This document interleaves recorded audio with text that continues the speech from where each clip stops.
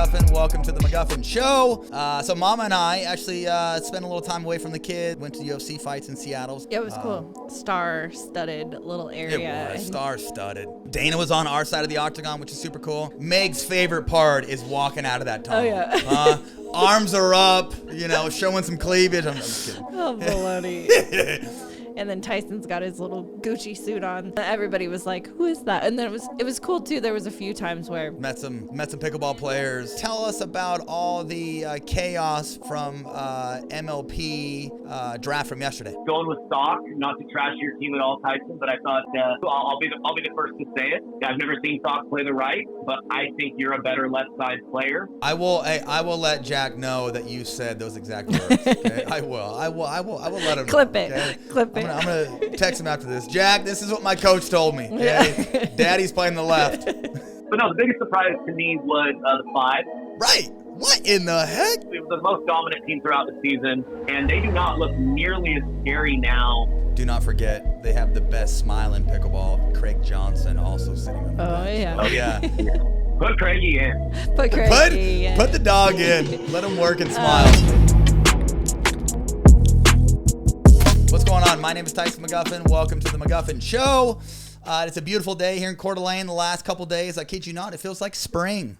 All right, snow is melting, sun is out. I've been turning the AC on in my car, which is kind of wild. Yeah. Apparently, golf here in Coeur d'Alene. My son Ty had a golf lesson yesterday, and his golf instructor is also named Ty Square, and Ty is the head pro at the CDA Resort. I've been trying to get a membership there since day one, but they just don't think I'm cool enough. Anyhow, he was telling me that, courses in Coeur d'Alene open up first week of April. Not going to lie, I have not been playing a bunch of indoor golf this year just because playing outside is so much better. So I'm kind of patiently waiting for the weather to get nice. So you just wait. Once April comes, I'll be shooting par, okay? I'll be shooting a 71, 72. Get me on the tour. K-mac and Mama, how we doing? Good.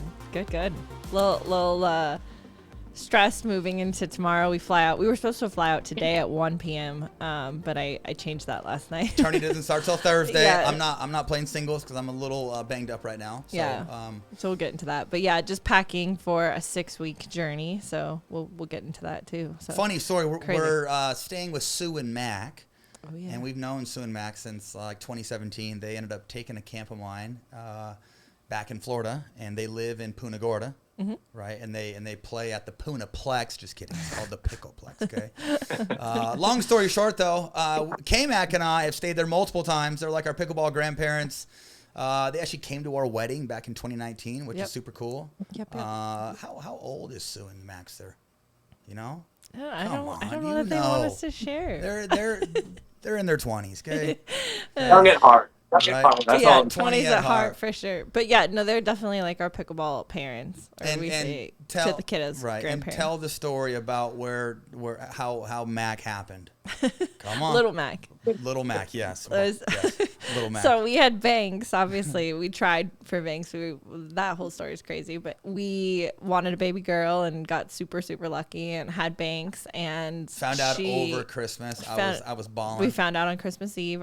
Our boys actually, Sky and Ty, for Christmas, we asked them what they wanted, and they said they wanted a baby sister.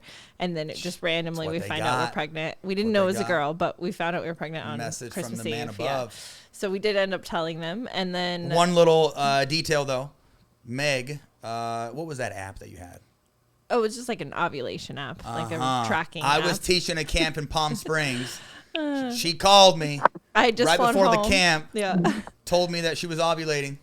And I said, get your ass down here, baby. Come on down. Daddy's got you. Cheaper than fertility treatment. Yeah. So she flew down. I kid you not. That night, I felt so much pressure. I did. There was a huge amount of pressure. I had a hard time getting going. I did. Kyle, you're leading. Your lead came out. Anyhow, back to Sue and Mac. Back to that. So I had Banks, and then we were traveling so much the next year. Banks started traveling when she was 2 weeks old, and we were here, there, and everywhere. And honestly, we were obviously not as active as usual, just having new baby and being busy. And so We could Keyword, not being believe busy. it because we could probably count on two hands the amount of times that things happen. And so we were at Sue and Max. It was kind of funny. So Sue, once we found out, Banks was 4 months old when we found out we were pregnant with Mac. I mean, we definitely wanted another baby for sure, but we had not planned on it being that close together. So we were just like, oh my gosh, what are we going to do? But everything was good. Sorry.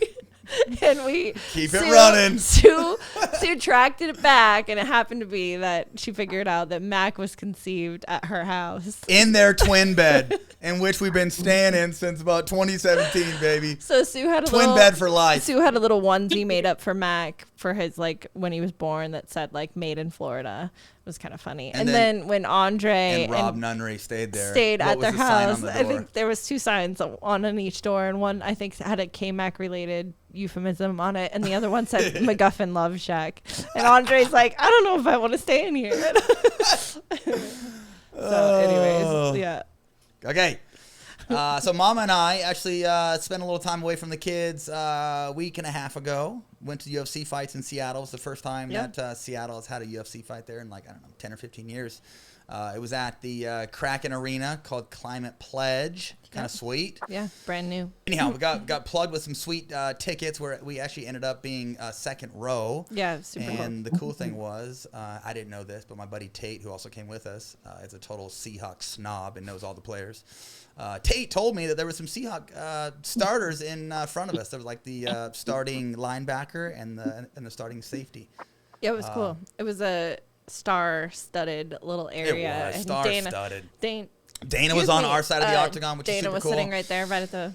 And it was the first time that I've been to a UFC event or been to a big arena, and they actually let us walk through the back area where all the fighters come in and all the cars and most of the staff and so anyhow we took this underground tunnel, which was kind of nuts. It was 2 blocks from the arena. It was the loading dock behind the arena, so you kind of enter underneath it. Right. So really cool. But yeah, the staff met us there. They welcomed us in. Had a nice little chauffeur take us to our go seats. Through obviously they check little X-ray whatever, and then walked us to our seats first, showed us our seats, and then took us to the VIP lounge. And it's cool. Every UFC fight has a VIP lounge, 1 or 2, but this lounge was definitely, I would say, a little larger maybe than the other ones that we've been to. Very spacious. But it's kind of cool place where free people booze, can food, connect. All there. You can go in and out all the way through the fights at any time. You can leave your seat and go get refreshments and come back. And there's lots of people in there socializing and meeting, and it's cool. And then when you come out of VIP, in order to get to your seat, you actually walk down the fighter tunnel. And when you walk out of that tunnel, I kid you not, people are looking at you, thinking you're somebody. Meg's favorite part is walking out of that tunnel. Oh, yeah. Arms are up, showing some cleavage. I'm just kidding. Oh, baloney. No. Right? It was funny though, because we got obviously dressed up for the event. It was fun, and I had these really big, tall leather boots on with gold studs on them, and then a big Gucci shirt, and then I rocked this. It was cold and rainy in Seattle. I mean, it's probably always cold and rainy in Seattle a lot of times, but wore this big, huge black fur coat, and so walking out with this fur coat on, these really big boots, and then Tyson's got his little Gucci suit on. Everybody was like, who is that? And then it was cool too. There was a few times where met some people ran players. Over. They were sitting in a neighboring section because the floor is also open to that area, and so the floor seats, and so they were coming over and asking Tyson for photos and stuff. So it was pretty cool. It was kind of fun. And so I'd taken 2 photos in a row, and I'm walking to VIP, and I'm kind of walking down the tunnel, and this guy sees me take 2 photos in a row, and he must have thought I was somebody, so he asked for a photo.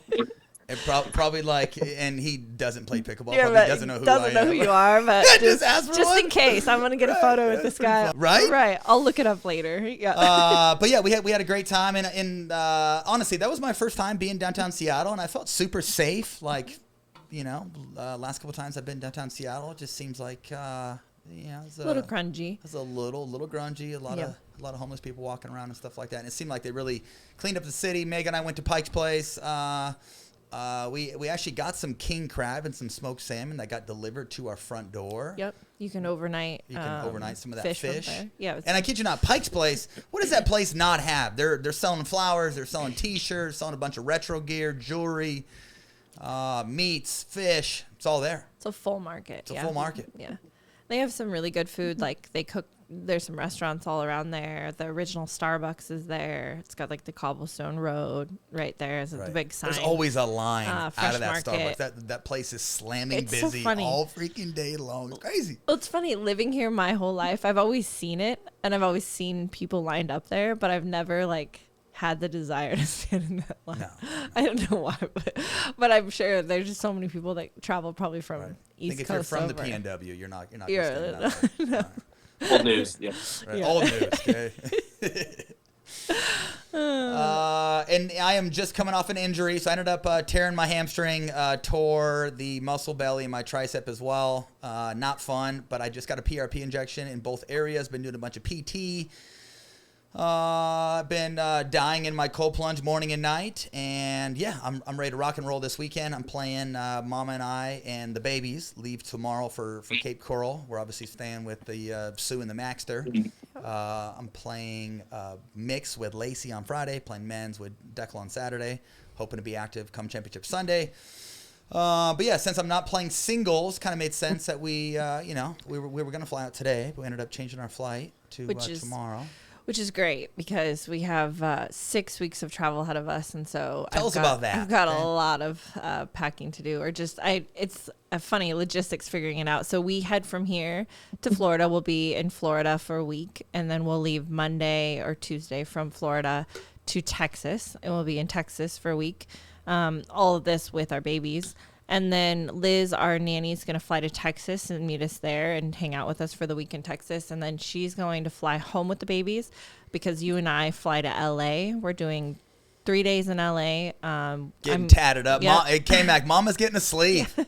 Yeah. Oh, work out. Yeah. And she's getting my she's getting my logo tattooed on her right cheek as well. Right. She is. Oh yeah. So I'm getting a sleeve. Tyson's getting his back finished. So we'll be there for that. It'll be kind of cool. And then we head from LA, we fly to Philly. And excited. We're going to Philly to meet with the Ernie team. Super excited. Go with their corporate headquarters. Yeah. Also, as we're in Philly, you bet your ass we're going to go check out that Rocky statue too. Oh yeah. Right? Oh yeah. That's like a staple there. And got to. And right along. Run with up those stairs. Yeah, exactly. We'll also be headed to. We're gonna do the NCAA finals while we're there. While we're got to go in check out Philly. some college wrestling. Yep. Yeah. And then Heck we will fly straight from Philly to Ho Chi Minh, Vietnam, and we're going on a little YOLA tour. Super excited about that. New paddles out, so get to meet and greet with fans. YOLA Pro 4. Little like tour for all the signature pro players. So excited to do that. It's our first time to Vietnam, but we've met so many cool people and so many cool fans from there. So really excited to like put 2 and 2 together and check it out. Whoa. K-mac, Don't watch me. Nobody saw that. And then we're gonna head from Ho Chi Minh. I think we're going to Macau, and then Shanghai. Macau to Shanghai. And then I think it's Sunday. We'll be flying from Shanghai to North Carolina, and then we'll be in North Carolina for a week for a tournament, and then we fly directly from North Carolina to Scottsdale. Go play some golf. We're going to have a little down week with the family. It's Ty's spring break. So Sky gets to come to North Carolina because that's his spring break. And then Ty will meet us in Scottsdale. And we'll have spring break with him there. Just a juggling And then fest home. is what it is. Yeah. So it's a very long span on the road. And our kids will come and go throughout the trip. But we'll be kind of on the road the whole time. So just trying to figure out like what I can and can't pack. And I don't know. Just to get us through all those different climates and places and all the above, because we won't be coming home in between. Okay, so speaking about, so we got 2 main things we're going to be chatting about today. That's different pairings in Cape Coral coming up, and the MLP draft from yesterday. So first and foremost, coming up this weekend, Cape Coral tournament starts Thursday. It is a tour stop. It's not a cup. It's not a Grand Slam. It's We've just never 1,000. been to Cape Coral. It's our first time. Right. And Cape Coral, I believe, is about 30 minutes from Punta Gorda. So it's close by. Yep.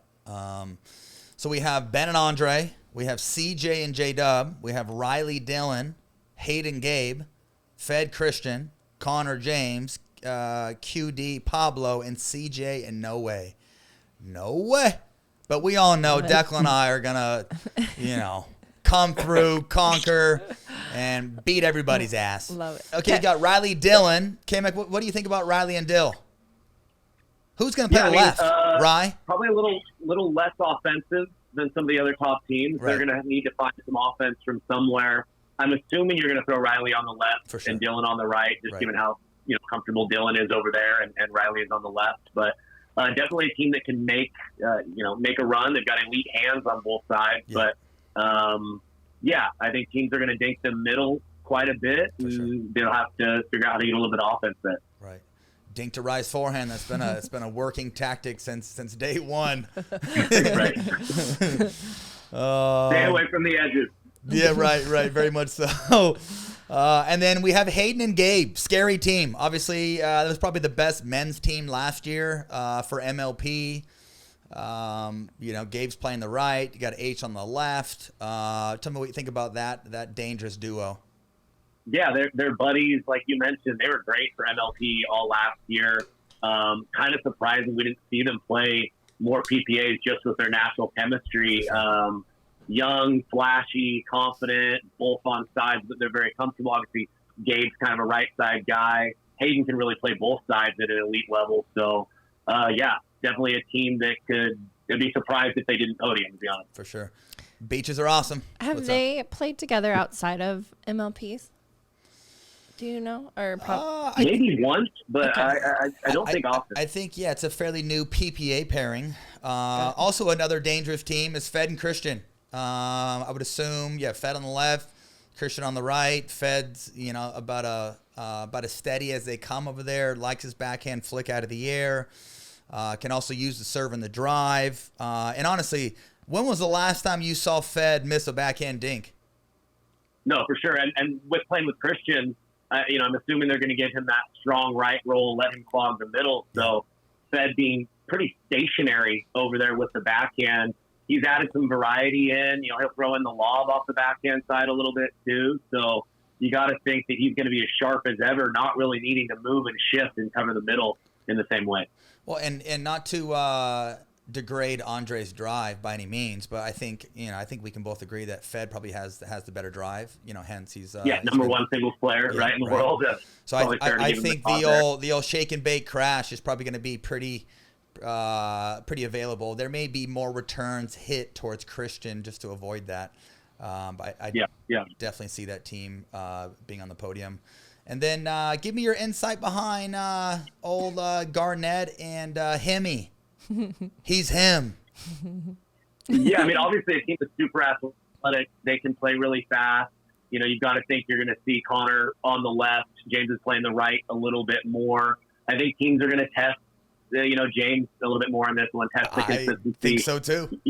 When Connor plays with Tyler, it's really tough because, a lot of times you want to go at Connor's inside foot and work the middle, but Tyler being left-handed, he's very good at the forehand, very athletic. And he's leaning a ton too now. It seems like something that Tyler's added into his game. He's just looking to create more out of the air with the forehand, and he's lobbing a little bit out of the air. And then, obviously the left-sided player can't really dink up Tyler's line because he's looking to Ernie. Right. Tell me this. So, like, when I play with James, you watched James and I. Honestly, James was dinking a ton on the right. He was dinking in front of him, or he would dink line. Not going to lie. The last couple of times I've seen James on the right, just doesn't seem he's as comfortable. But I know when he played with me, he would drop line, dink line, counter well, and maybe take some forehand speed ups out of the air. He would like to speed line with it. But it seemed like he just had this really tight tactical game plan on the right, and he knew his identity over there. And it just seems like now he's wanting to dink more cross, speed middle. But I don't know. Do you think Do you like James better when he kind of simplifies his game plan on the right? Do you like him dinking cross? I mean, what's like the best version of James when Hemi is on the right? Yeah, I mean, I think for the most part, I like James moving the ball around. It's very partner dependent. Right. How are you trying to win? But I think that he's an athletic guy. I think he's kind of an attacker, especially with Connor as well. So I think if they can move the ball around, maybe get the other team shifting, create some openings. I think in general, if you just look at his game, he doesn't really shake the forehand, as well, as some other people. So I get what you're saying. Keep it middle, keep it line.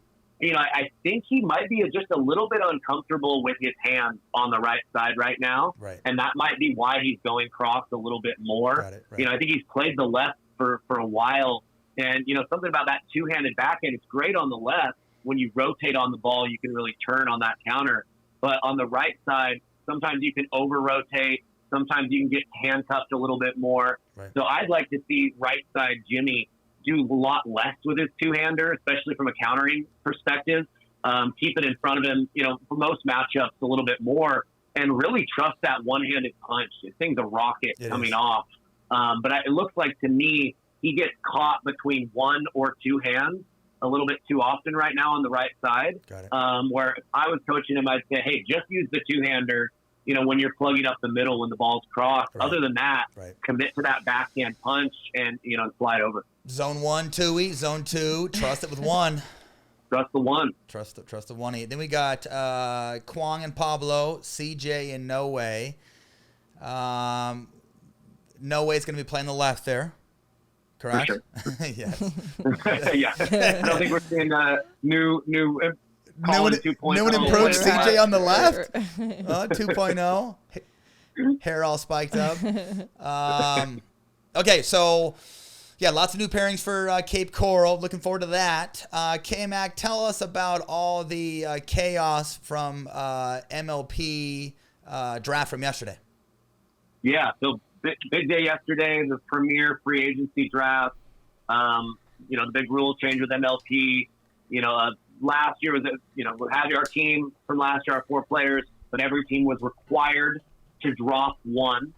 So, teams that, were really solid last year had 4 great players. They still had to lose somebody, but they had the option, that free agency, to bid on them and get them back. And we saw that happen with a couple of teams. So, K-Mac, K-Mac. So we have St. Louis and then the Dallas Flash with the same lineup as last year, correct?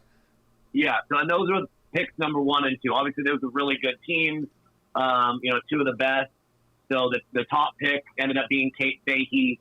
And it was auction style. Any team could, bid up as much as possible. And you didn't know for sure what players different teams had an eye on. So you kind of didn't know which teams you needed to get in a bidding war with and which ones to kind of back off on.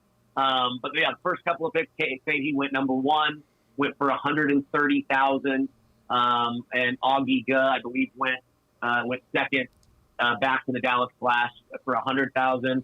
I'll admit I was a little surprised on the prices. I thought that maybe those guys, especially Fahey, would maybe go for closer to $200,000. Okay. But teams are a little more conservative this year compared to last year. And then for any players kept, teams had to pay half their draft price from last year. So we did see a few teams, ourselves, BC. We dropped James because he would have been pretty expensive to keep. Would have been like over $250,000 to keep. Jack Stock, another top draft pick that was dropped, would have been expensive to keep as well. So it just went one by one, auction style, really no cap, and most of the bids in the top 10, top 12 went from between about $80,000 and $130,000. Okay. That is interesting. I feel like that is a little lower than what I imagined it being as well. I had a feeling teams were kind of looking to spend a little less, but definitely interesting. So I guess when you're saying that obviously you guys saved money by not keeping them, but you do actually have to pay, or is it still like 500? I know like initially wasn't it like 500,000 was kind of included, or like a starting point, and you could add up to another additional 500,000, I think, in the very first initial draft. But like in these ones essentially. So Kate, like they're actually paying $120,000 to the league for her, or they're Correct. paying for their bid. Yeah. Pay up. Yeah, and I mean, like, and for players, that they test, they also have to pay to the league half of whatever their draft price was last year. So that factored in the strategy a bit on who was kept, who was dropped. I mean, for us, when we're thinking, James or Deckel as far as the guys, if they had a completely even year, I'm not saying they did. I think Deckel had a stronger year, but if they had a completely even year, a lot cheaper for us to keep Deckel than it would have been for us to keep James. And did you guys pick up Deckel second round? I believe he was third round. Last year. We took Rachel second, and Deckel was our third pick, and our final pick was Elise. And you couldn't keep anybody that you picked up throughout the season, correct? They had to come off. Right. So with Texas, like they were able to strike gold with picking up Kwong, who went undrafted last year, but given the rules, they weren't able to keep him. They still had to drop him. Got it. Okay. K-mac, was there any surprise picks that that you saw from yesterday? Yeah. So I mean, at first glance, the third overall pick, free agency was Lea, and went for $110,000. At first glance, I'm like, wow, that's Lea's a good player, been around a while, proven. But I'm like, that's really high for her. But then when you look at the depth of the ladies and how many teams needed to fill spots, it started to make a little bit more sense. So, not crazy surprising there. I thought it was a little high for her. I think going with Stock, not to trash your team at all, Tyson, but I thought pairing Stock with you, I'll be the first to say it. A good player, but I think there's going to be an issue of who plays the left. No, I think sure. I've never seen Stock play the right, but I think you're a better left side player. Right. So if you guys struggle at all, there could be that. I will let Jack know that you said those exact words. Okay? I will let him know. Clip it. Okay? Clip it. I'm gonna text him You're after coming this. off Jack, gold this is on what the my left, coach told right? me. Okay? Daddy's playing the left. Give him a sliver. But no, the biggest surprise to me was the five, who were they barely lost the title. Right. Barely lost the title. We were the most dominant team throughout the season. Looked great. Obviously, looked dominant, and they do not look nearly as scary now by taking Jeannie Bouchard. And I know she's gotten a lot better, but you look at that team and you're like, well, crap, how do you beat them? Because you've got to beat Anna Lee once, or you've got to beat them in a dream breaker. But now you're thinking, man, if you just put every ball on Jeannie in women, we've got a shot. We can only cover so much. So I thought they should have gone with somebody a little more, battle tested. Vivian David was on the board. I know she, hasn't been playing a lot of tournaments, but you really just need somebody to keep the ball in play and just let Anna Lee do her thing. Go ahead. Sorry, I was going to ask, with that, can they use... So who's on their bench? Like who's the fifth and sixth for the fives? For the fives, yeah. So so their bench gal is Krista Getcheva. And to me, it's pretty dang close. Right. Sure. Right. Yep.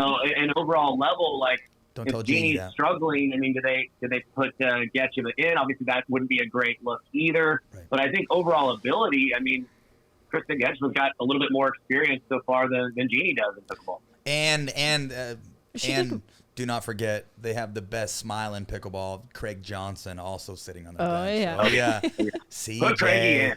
Put Craigie in. Put the dog in. Let him work and smile. K-mac, tell me this. So there were some females that got picked up yesterday that are in the starting lineup on a premier team. I personally feel like Brooke Buckner and Zoe, who are on a challenger team, perform at a higher level than some of these females that I have never seen before. Yeah. What is going on with that? What's up? Mari Humberg is on a challenger team now as well, being traded. So I mean, there's a handful of people that are better than the premier lineup. How does that all play out? I mean, it seems like people are in like the wrong position. Once the season starts, right? Once we get, there's probably a next point during the season that you can trade. Yeah. There's some different waiver periods, and I expect there to be a good chunk of trade that can happen. I mean, Pablo's another guy that's playing challenger right now. Yep. Pablo should be premier for sure. I think Elise Jones would be a much better fit as far as a proven player on some of these premier teams than a lot of the gals that we saw. There just wasn't the same depth on the women's side as the men's side. So there's several examples. I imagine some of these teams should be reaching out to the challenger teams, trying to make a trade.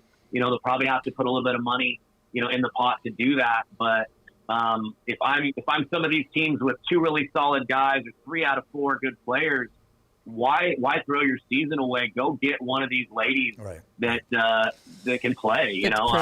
I think it makes sense to make a move. Yeah, find that proven female. Well, with the same thing in mind, I guess it costs money, so that's probably what it boils down to. But why not put premier level players on your bench for your 5th and 6th roster spot? Or do you not do that because of the whole someone else can utilize those subs if they need to? That's the risk, right? Okay. With that, and that's kind of I'm still wrapping my head around that rule with the bench player, to be honest with you. It's different as a coach too. I mean, obviously you want to, work with your whole team and, develop your players and maybe you can develop them for, potential trades or whatever, but to work with a player, develop them and then have them hijacked by another team.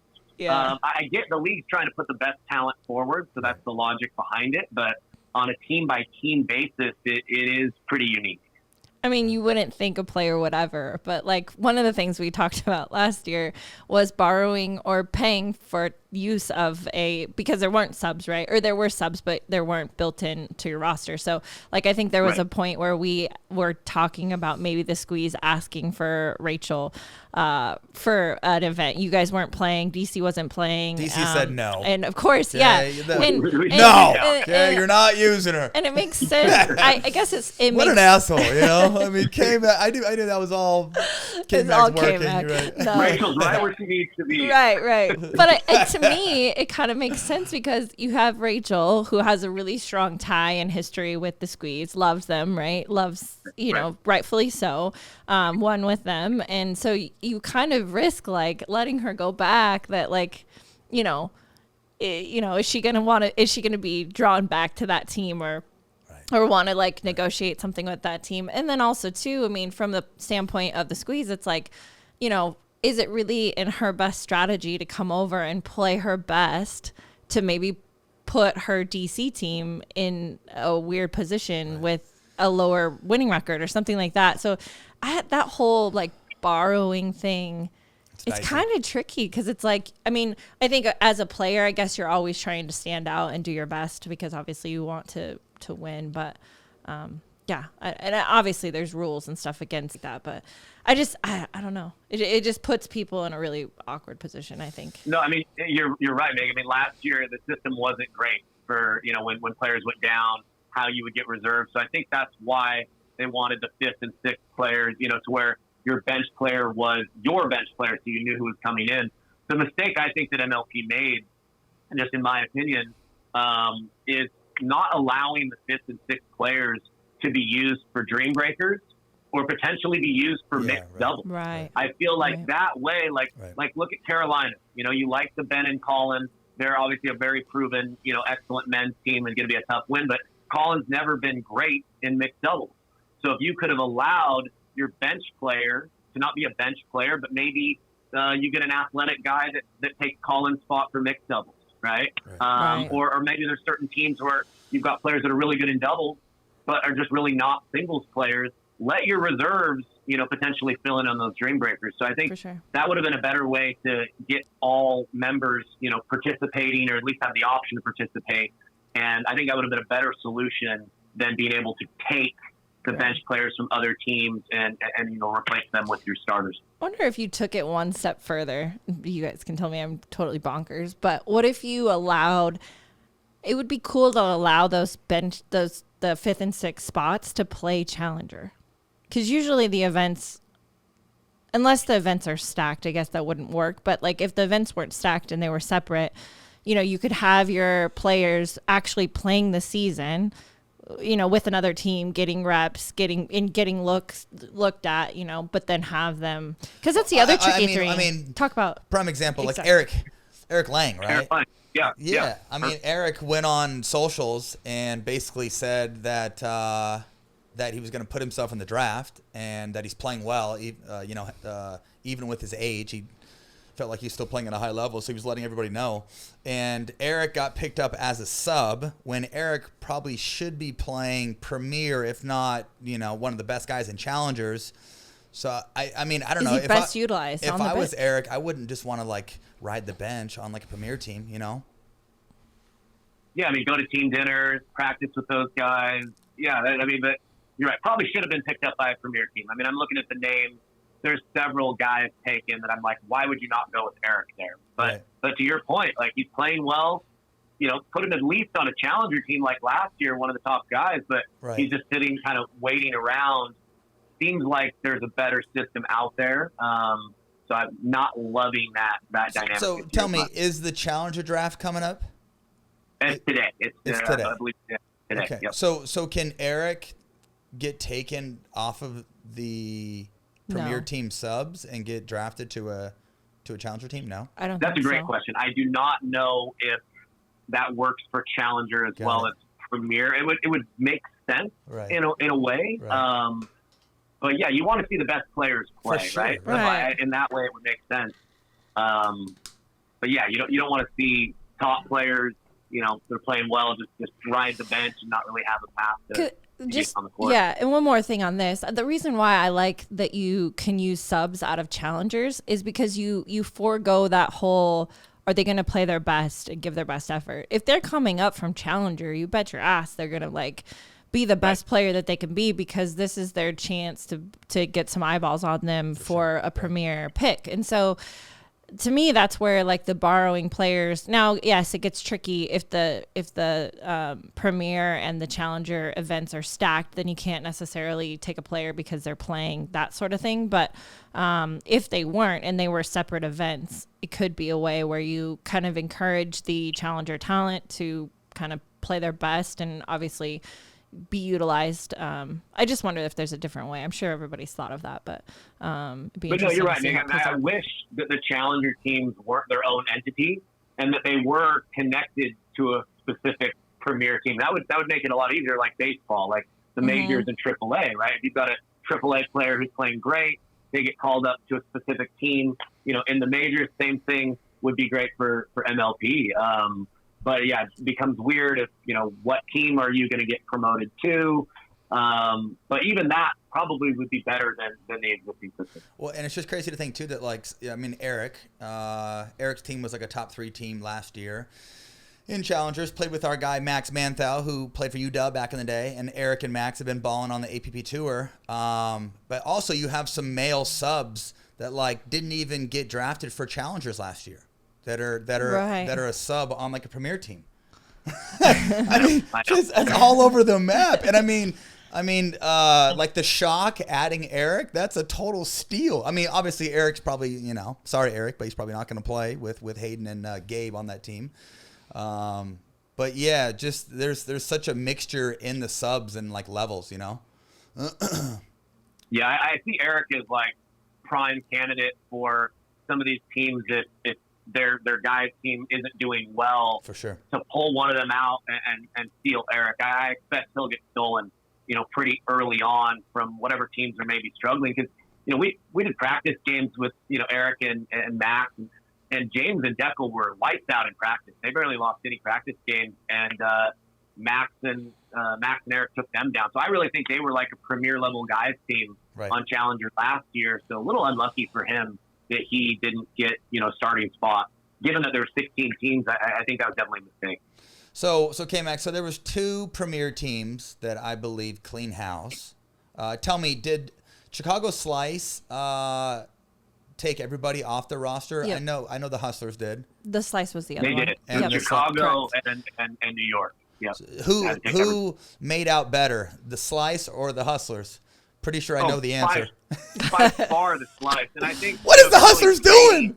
You're really grading drafts. They did not have a lot of people to choose from. They had to take 4 people, and they did a great job. Yeah, right. They took James. They got Freeman. Freeman. So they're best friends, righty lefty. Yeah. Live in the same house. A solid, Premier men's team.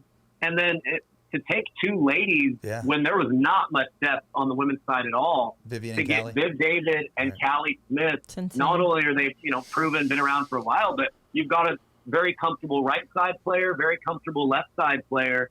And to have to take 4 people and be competitive in Premier, I mean, they're probably a playoff team in my mind. So they handled that draft pretty perfectly. And the Hustlers, let's just go through their roster. Not going to lie. It seems like somebody's trying to save money. All right, you got Zane Ford. You got Donald, DY. Love us some DY. Zane's got potential. Donald's been playing really Zane well. To take the shades off, okay? Oh, stop. I'm just kidding. Zane. You're my boy, Blue. Then you got lovely Helena. Uh-huh.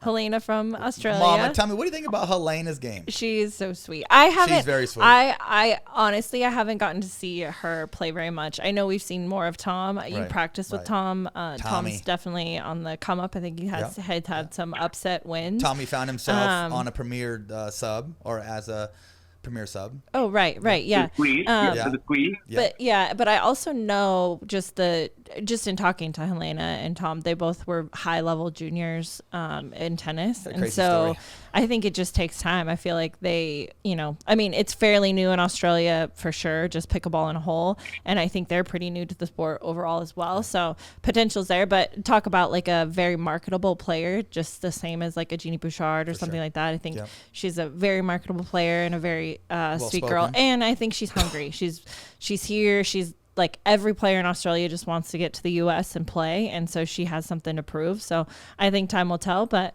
I think she's got the heart, and I think that she can go far.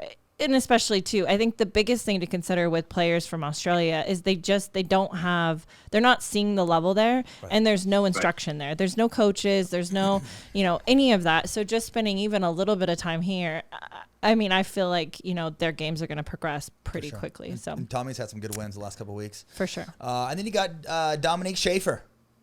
So I think the men will win a handful of matches. The females may be a little tougher, but time will tell. For sure. And do we know the bench players? The bench players, we have Juan Benitez. Juan coached Pablo last year. Okay. Good guy. Juan got some game. Juan does he? We were actually thinking about taking Juan, and he got pulled off the board. But Juan's definitely got some game. And Juan did not play challengers last year, correct? No. Juan's been just like it's a tough barrier of entry for pro pickleball right now. So it's expensive to travel around. He's been selective on the tournaments he's played. He's had some decent results. We each coached, the same guy down in Florida, so I know him a little bit, played with him, but he's got some game for sure. These players now have contracts, though, correct? That's how they're eligible for MLP? So now they have... They do. Juan actually won the marketing thing by the Frisco Pandas, where you came and played an exhibition or played a tournament, and the winner got a contract. Almost. So he won that. He also Journeyman. Also won the $25,000 winner take all thing in Austin for the kitchen last year as well. So he's been grinding. Love it. Okay, so now you'll see these guys because they're contracted. Cool. They'll automatically make it into the draw. Right. Correct. They won't have to quali. That's a great question. Okay. Maybe it's out of a great question. I believe one I do not have an answer for. I believe they may make it into the draw. Okay. I could be wrong, but I think if they're top, I don't know. I shouldn't speak out of school. I feel like it's like a top 50 or top 40 or something. Make it in if you have a contract. So. And K-mac, give us your insight on picking up Mr. Newman. Newman is back in DC country. Well, let me ask you, what do you think? What do you think of our Newman pick? Do you like it? What are your thoughts? I just wonder if there's much chemistry with Deckel and Newman. Yeah, for sure. I think, I think Riley right now is playing at a higher level in mixed than he is men's. Don't know if you agree. Yep. Yeah, I think that's fair. That's fair. He's gotten more offensive. And Riley has traditionally won just by being the classic counterattacker, right? For sure. I'm not going to miss dinks. You're going to have to attack through me. Good luck doing that throughout the match. So I think that, as a coach, it's a pairing that we're going to have a conversation about, sides. There's an argument for you got to Deckel put to play Deckel the on left the left as well. Yeah, and he's definitely going to be more offensive, and Riley's expressed willingness to play the right. Yeah. For me, both my men's and women's teams in the format this year not being rally scoring, now 1 game to 11. Right, it's different. Going to have to unwind the stack. I mean, my strategy is going to be avoiding my teams unwinding the stack too much. I think both my men and women's teams can each play either side pretty dang well. So, I don't mind giving some different looks. But, we haven't seen Riley and Deckel play much. We'll see how they complement each other. But definitely from a hand standpoint, not going to be an easy team to attack. I think, too, with Riley's background, he's always been like a team guy, So I think in that MLP setting, he definitely thrives more than he does PPA. It just seems like he's more willing in PPA to be more open about, what he's got going on upstairs, about tactics, about what he thinks about the team. He's just a little closed off when it comes to, I played men's doubles with him for 2 years, and you obviously know Rye, and there wasn't a whole lot of talking. It was more so just get out there and get her done. And then also, too, I mean, people always talk about how, Riley doesn't play singles. But Riley, to his core, as we know, if you put that guy out in a Dream Breaker, the guy is the ultimate competitor. He's got so much dog in him, and he just finds a way to get it done. And there's not a lot of guys like that, Yeah, honestly, Riley's personality played a big part in why we wanted to take him. As you know, it's a great team guy. He's a different beast, right? There's different type of pressure with playing for your teammates, and more on the line at times. So we just trusted completely that whatever Riley's talent level is, he's going to maximize that in this setting, in this occasion. And also strategy-wise, it's a little bit of a hang up on, how good are we going to be in men's. But my thought is in MLP, it's tough for any team. I don't care how good you are to win more than 70% of your men's matches. Just all the guys' teams are good. For sure. And, as a strategist, as a coach, we're thinking, how do you get 3 wins, right? And so for us, we love our girls right now. I think we're one of the top teams. We love our mix with probably going to go Deckel and Rachel, Riley and Jackie. And I feel like from a mix standpoint, that's kind of a 1A, 1B team. And even if we don't win men's, which is such a tough event to win, if we win the others, we've got our 3 wins and we're moving on. So it was a big mixed doubles played a big factor in what we were looking at. Tell me, was there anybody else you guys were looking at? Yeah, I mean, 3 guys that we were kind of all around. We're thinking about bringing James back because James and Rachel won a really high percentage of mix. Yeah. Even though him and Deckel struggled a lot, the second half of the year in men's. Right. But yeah, same logic. We're like, well, even if we lose in men's, if we get both our mixed wins, our girls win, we're going to be in fine shape. Females so James was thought about, and then also Max. We're thinking Max Freeman as well. Yeah. Right. Like his upside, everything we're hearing is that he's getting better and better. I traditionally just don't love lefties in MLP. Right. It puts a lot of pressure on the girl to play the left. We had Jackie, who's great on the left, so that would have worked out fine. But again, just that idea of unwinding the stack can be tough. Right. And just nobody has seen a male lefty dominated mix yet. It just no. I mean, you see a good win here or there, but none of the lefty guys are consistently making semis or big deep pushes and mix. Right. So knowing that win was so important for us, I kind of pushed for Riley, internally in our conversations as it got closer to draft time. Yep. Rye is still that guy, man, for sure. Mama, you have any last No, I'm last just notes for us? I'm excited. I'm excited for MLP. I think it's cool. It's all condensed. I know we've gone over this before. I'm excited to see they've added in the whole amateur aspect to, I think, all of the tournaments, if not most of them. So I think you're going to have more spectators there. Sure. You're going to have more people involved, which is great. I love that. But it does seem like there is more spectators showing up that are not playing amateur events. 100%. Which is for MLP. Which is great to see. Or just in general. Yeah. Yeah, for all events. No, that's very true. Just in general, that's very true. But yeah, it'll be just cool to see the buzz around it, people being there. I think it's really cool that we're sticking to cities that are only tied to teams. So you'll have a hosting team to every city that we go to. I was watching something, I think last night was like the reveal show that they were talking about. It sounds like there's going to be like a night match with the hosting team. So they'll really kind of play it up and be more city oriented. And so all of that to me is super exciting because I think it just brings in so much built-in like camaraderie, and people can get behind their city and shows a better product. And for sure. So hopefully to see brands get bigger other brands coming in to sponsor teams and all sorts of things. So I'm excited to see what this 2025 season holds, and along for the ride with all the rule changes and just kind of figuring out how that whole thing shakes out and the rosters and all of that. But yeah, it's exciting, and I think I'm excited. I'm looking forward to it. And K-Mac, you got a camp coming up at the Pickleplex.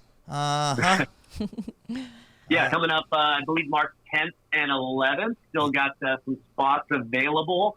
So yeah, make sure to come find me over there. Like it. For sure. And then also, too, on day one of, this is a little sideways curveball, day one of that camp, we're going to do a little giveaway. So if you sign up for day one or 2 days, not day two, though, specifically, but day one or a 2-day camp, you actually get entered in to win a new Yola paddle and a Yola bag. And to show up to actually hand that off, Tyson's going to actually be showing up to do a little cameo. So there'll be like gonna be breathing down K-Mac's neck. I am. Day one, right in his ear. K-Mac put him to work. He'll be there for an hour, so to make him teach a fundamental or something. Right. So put me to work, baby. So kind of incentive. So pretty cool. So get signed up, and we'll get you entered to win. And it should be a good camp, it's a good location, and happy to be back in Florida. Yes, and we have taught a couple camps at the Pickleplex there, but it's been a few years, so be nice to get back on our own stomping grounds. And maybe can I ask you guys one more question on the camp? So we've had a few people reading that, day one we say is building a soft game, day two is building weapons. Some people see that as day one is not as useful because they want to build weapons. Can you guys talk on that and elaborate on how important day one is? A bunch of premature ejaculation is what it is, K-Mac. I mean, these guys have to be disciplined. Tell us why day one is needed. Yeah, I mean, I think we've got kind of day one and the soft game, I think, down to more of a science than other people. I mean, just the idea of the 4 dinking tunnels, how you change your paddle position, whether you've got a ball in your stance or you're on the stretch, classifying dinks, defensive, aggressive, talking about when you add spin, when you don't, taking dinks out of the air when that makes sense. So I just feel like, yes, we're going over fundamentals, but I like to think that we break down the details in a way that really makes sense to people. There's a lot of better than most on day one. Even for some of the high level players, we're able to find little hitches, little areas in their game where they're a little bit uncomfortable, and we can address that. So yes, we say this day two is more fun, right? It's more fun to hit the ball hard and just let it fly and learn some of those fun weapons. But the soft game element will never fully go away from pickleball. Will not. Learning how to grind a little bit is so necessary, as a starting point if you want to play high level pickleball. Without it, you're just going to end up playing wild and just kind of rip it and hope. So day one is maybe more valuable, even though day two is a lot of fun to just let it fly. Well, and we say this all the time, just having that basic foundation of understanding the soft game goes such a long ways. Even though there is power paddles now, and the game is speeding up and it's getting quicker, but still to its core, what do we see? We're still seeing a ton of drops, a ton of dinking. We're adding different spins. We're taking dinks off the bounce. We're taking dinks out of the air. There's a ton of defense. Good defense is good offense. Something we say a ton during camps on day 1, 2 is that probably 80% of the points are being won by unforced errors, where 20% is being won by forced. So that alone tells you that putting balls in play And the end goal should always be just making one extra ball, because everybody puts their underwear on the same way, meaning everybody makes mistakes. So day one is more than needed. It is. For sure. And it's not just dinking at the kitchen line. Like, that is a big part of it. And it's it's drops, it's block volleys. It's just understanding how to defend. And something that we, use a lot too is the old SLY acronym, stable location yellow. And day one kind of talks about, if you don't have your SLY, if you're off balance, if you're in deep water, you have to trust the idea and trust the shot selection of putting one extra ball back in play, because you will find that your opponent will be making some mistakes or making unforced errors. But to our core, we put balls in play, baby. We force our opponents to respect us. And we just try to out grind. Makes sense. No, and I for sure would say most of our campers sign up for 2 days, but it seems like the ones that I've done or can only come for 1 day, or maybe they could just afford 1 day. Don't you dare come for 1 day. Get your ass there for 2. They only want that second day, and I think it's just this misnomer. So that's crucial and huge, especially as the game is speeding up. That's a really good point that, obviously the soft game's maybe even more important as the game speeds up and we see more power paddles. Maybe we should just change the camp sign-up format. Yeah. Yeah, he can only come for 2 days. Flip it around. Okay. Yeah. 2 days or bust. 2 days Can't just come for the cake on day 2. All right. Well, get signed up, because those slots, I think, are going to fill up pretty quickly. Yeah, you can sign up at TysonMcGuffin.com. Appreciate my day ones here, K-Mac and Wifey, and we'll see you guys next episode.